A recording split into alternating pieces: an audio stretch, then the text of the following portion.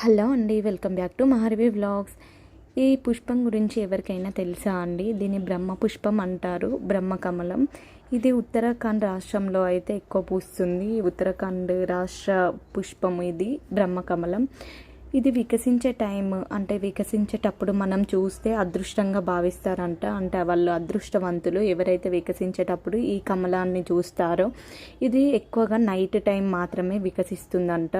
నాకు నిన్ననే తెలిసింది ఈ ఫ్లవర్ గురించి. అంతగా ఎక్కువ ఏం తెలియకపోవు, బట్ దీని ప్రత్యేకత ఏంటి, దీని ప్రాధాన్యం ఏంటి అనేది, ఇది పూస్తే ఏం చేయాలి అండ్ ఇవన్నీ కూడా నాకు తెలిసింది మీతో షేర్ చేసుకుంటున్నానండి.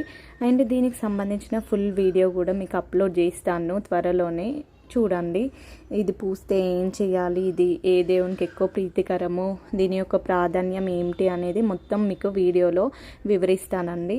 ఓకే అండి, ఎవరికైనా తెలిసి ఉంటే దాని గురించి మీరైతే షేర్ చేయండి మీకు తెలిసి.